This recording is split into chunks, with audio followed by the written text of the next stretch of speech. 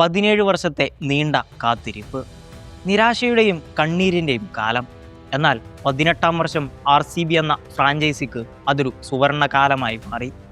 2025 മുതൽ അവർ ക്രിക്കറ്റ് ലോകത്ത് വിറപ്പിക്കുന്ന ഒരു അമാനുഷിക ശക്തിയാണ്.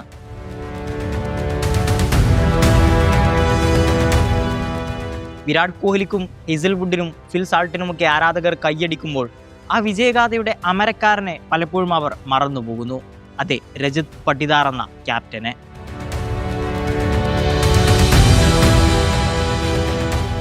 ക്യാപ്റ്റൻ എന്ന നിലയിൽ പട്ടിദാറിന്റെ ആദ്യ വർഷമായിരുന്നു 2025. കിരീടമില്ലാത്തവരെന്ന പരിഹാസങ്ങളെ അവൻ കാറ്റിൽ പറത്തി. ഒരു ഫ്രാഞ്ചൈസി തങ്ങളുടെ നായകനെ മാറ്റുന്നു. ആ ആദ്യ വർഷം തന്നെ അയാൾ അവർക്ക് കിരീടം നേടിക്കൊടുക്കുന്നു.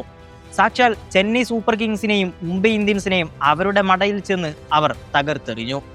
എവേ മത്സരങ്ങളിലെല്ലാം RCBയുടെ വിജയക്കൊടി പാറിച്ച ആ നായകൻ ടീമിന്റെ ഐശ്വര്യവും ഭാഗ്യവുമായിരുന്നു. കഴിഞ്ഞ വർഷം ബാറ്റ് കൊണ്ട് വലിയ അത്ഭുതങ്ങളൊന്നും സൃഷ്ടിച്ചില്ലെങ്കിലും മോശമല്ലാത്ത രീതിയിൽ കളിമികവ് അയാൾ കാഴ്ചവെച്ചിരുന്നു. എന്നാൽ ഈ വർഷം 2026-ൽ നായകൻ തന്റെ വിശ്വരൂപം പുറത്തെടുത്തിരിക്കുകയാണ്. ആദ്യ മത്സരത്തിൽ 12 പന്തിൽ 31, രണ്ടാം മത്സരത്തിൽ 19 പന്തിൽ 48 റൺസ്. 250-ന് മുകളിലുള്ള ആ സ്ട്രൈക്ക് റേറ്റ് കാണുമ്പോൾ തന്നെ എതിരാളികളുടെ നെഞ്ചിടിപ്പ് കൂടുന്നു.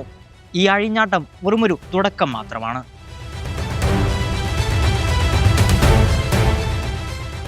വരാനിരിക്കുന്ന വലിയൊരു കൊടുങ്കാറ്റിന്റെ തുടക്കം. തുടർച്ചയായ 2-ാം വർഷവും അവർ പരാജയമറിയാത്ത ശക്തിയായി മുന്നേറുകയാണ്.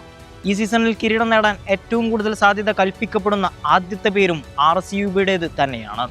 ചരിത്രം തിരുത്തിയെഴുതിയ നായക, നിങ്ങൾക്ക് മുന്നിൽ ആരാധകർ ശിരസ് നമിക്കുന്നു.